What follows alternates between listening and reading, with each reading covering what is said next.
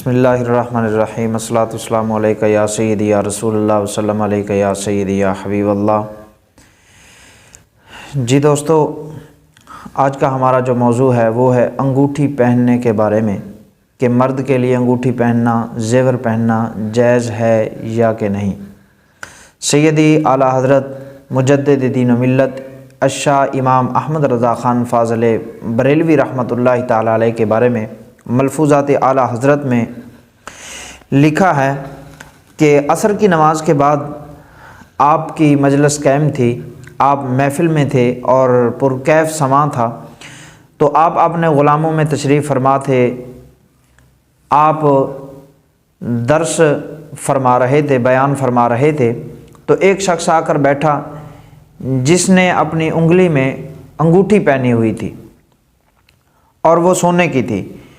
تو سیدی اعلیٰ حضرت الشاہ امام احمد رضا خان فاضل بریلوی رحمۃ اللہ تعالیٰ علیہ نے نیکی کی دعوت دیتے ہوئے، برائی سے منع کرتے ہوئے آپ نے فرمایا، بھائی مرد کے لیے سونا پہننا حرام ہے، سونے کی انگوٹھی، سونے کا زیور پہننا حرام ہے۔ تو اس نے عرض کی، یا سیدی تو پھر میں کیا پہنوں؟ آپ نے فرمایا، آپ نے اگر انگوٹھی پہننی ہے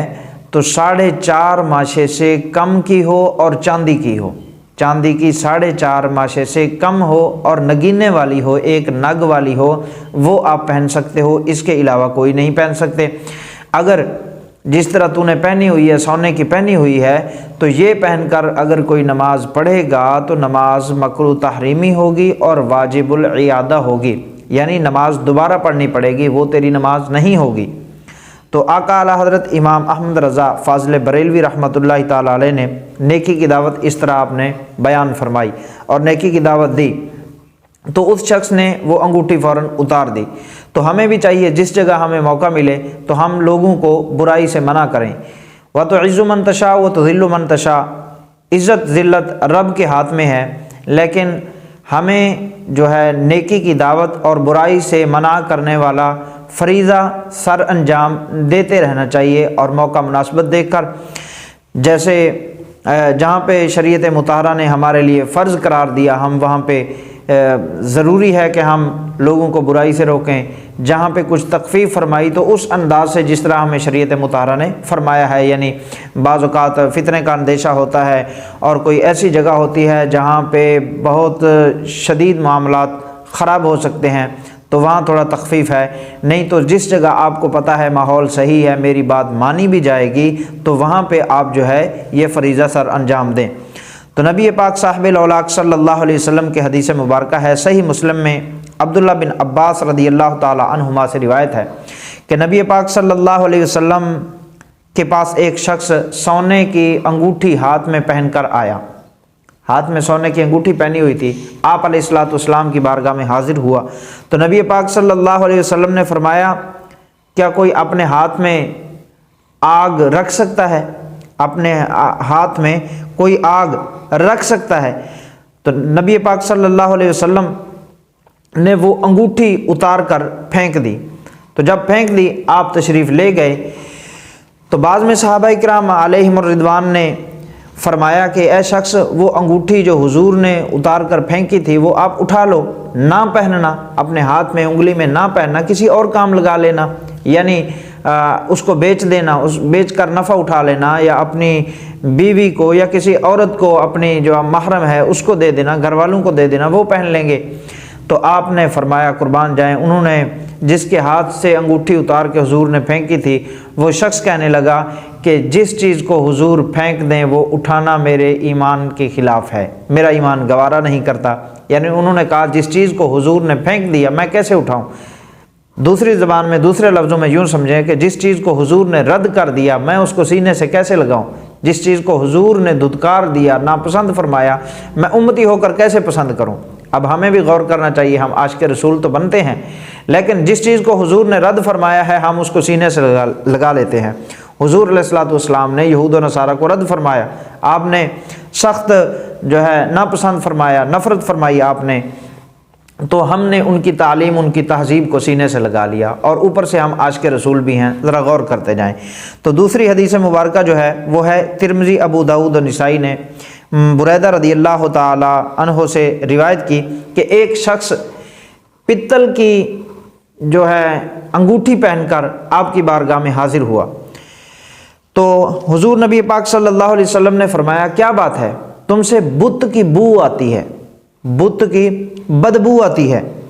تو انہوں نے وہ انگوٹھی اتار کر پھینک دی اور لوہے کی انگوٹھی پہن لی۔ تو نبی پاک صاحب الاولاق صلی اللہ تعالی علیہ وسلم نے ارشاد فرمایا تم جہنمیوں کا زیور پہنے ہوئے ہو؟ تو اس نے اسے بھی اتار کر پھینک دیا اور عرض کی یا رسول اللہ صلی اللہ علیہ وسلم میں کیا پہنوں، یعنی شوق تو تھا ان کو، میں کیا پہنوں؟ تو نبی پاک صلی اللہ علیہ وسلم نے ارشاد فرمایا ایک نگینے والی انگوٹھی چاندی کی جو ایک مسکال پورا نہ ہو، ایک مسکال سے کم ہو، یعنی 4.5 ماشے سے وہ کم ہو، اس کی انگوٹھی بنوا کر آپ پہن سکتے ہیں۔ تو محترم، سونے کی، پتل کی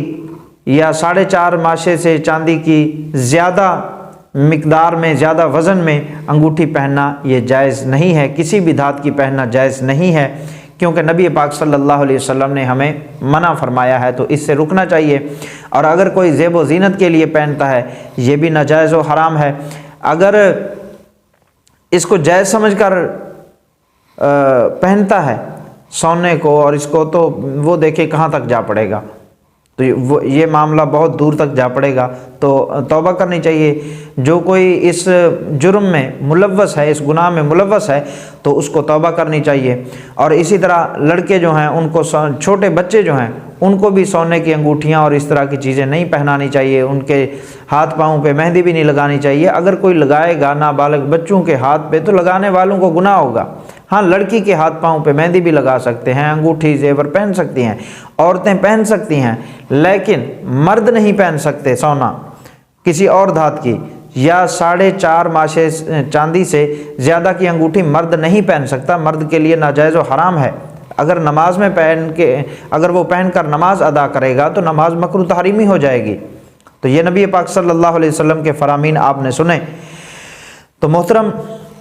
اگر کوئی انگوٹھی ایسی پہنتا ہے کہ نگینے کے اوپر اس نے لکھائی کروائی ہے، مثال کے طور پہ لوح قرآنی لکھی ہوتی ہے، حروف مقطعات لکھے ہوئے ہوتے ہیں، تو وہ اگر کسی نے پہنی ہے تو باوضو ہو کر پہنے، اور اس کو ہاتھ بھی نہیں لگانا بغیر وضو کے۔ تو اس سے بچنا چاہیے، کیونکہ ہاتھ میں پہنی ہوتی ہے تو سلام بھی کرنا ہوتا ہے، مصافحہ بھی کرنا ہوتا ہے، تو دوسرا شخص آ کے جب ہاتھ ملائے گا، اب اس کا پتہ نہیں، ہر بندہ باوضو تھوڑی ہوتا ہے، تو اس کا پتہ نہیں اس کا وضو ہے یا نہیں ہے، تو وہ بغیر وضو کے اس کو ہاتھ لگا دے گا۔ تو اس وجہ سے اس سے بچنا چاہیے۔ اگر کوئی مفتی ہے، قاضی ہے، اس نے جناب مہر لگانی ہے فتوے پہ یا کسی پیغام پہ مہر لگانی ہے، تو یہ اس کے لیے سنت بن جائے گی۔ لیکن فی زمانہ اس چیز کو جو ہے نا وہ بالکل ہی ختم کر دیا گیا ہے، یعنی انگوٹھی کے ساتھ مہر نہیں لگائی جاتی، بلکہ اس کے لیے علیحدہ ایک اسٹامپ بنایا جاتا ہے،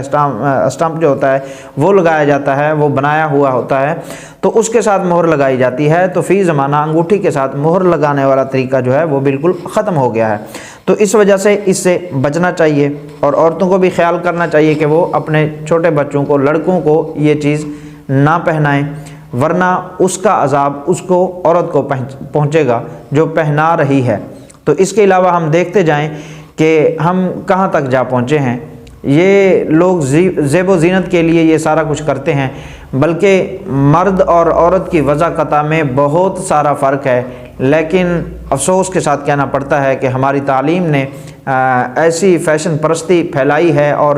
بچوں کے رگ و ریشے میں ایسی بس چکی ہے کہ اب مردوں والا لباس کم نظر آتا ہے، مردوں والا چال چلن جو ایک انداز ہوتا ہے وہ بالکل ہی ختم ہو چکا ہے۔ نوجوان نسل، اب جو بچے تیار ہو رہے ہیں، تو ان کے فیشن، ان کی عادتیں بالکل ہی عورتوں سے ملتی جلتی ہیں۔ ایک تو وہ پڑھتے عورتوں کے پاس ہیں اسکولوں میں جا کر، اور عورتوں والی ہی عادتیں، عورتوں والی ہی حرکتیں، اور جناب وہی انداز، وہی سب کچھ، مردوں والی جو ہے نا انداز اور عادتیں ان میں نظر نہیں آتی۔ تو اس وجہ سے اپنے آپ کو مرد بنائیں، جس کو اللہ تبارک و تعالیٰ نے مرد بنایا ہے تو اس کو مرد بن کر رہنا چاہیے، جس کو عورت بنایا ہے وہ عورت بن کر رہے، وہ اپنے احکامات پہ عمل کرے جو اللہ تعالیٰ نے نازل فرمائے ہیں، اور مرد اپنے احکامات جو اللہ تبارک و تعالیٰ نے اس کے لیے نازل فرمائے ہیں اس پہ عمل کرے۔ تو اس طرح پھر جو ہے اس میں ایک یعنی کہ نمایاں ہو جائے گا یہ مرد ہے اور یہ عورت ہے۔ تو اللہ تبارک و تعالی ہمیں اپنی پہچان نصیب کرے، شریعت مطہرہ کے مطابق زندگی گزارنے کی توفیق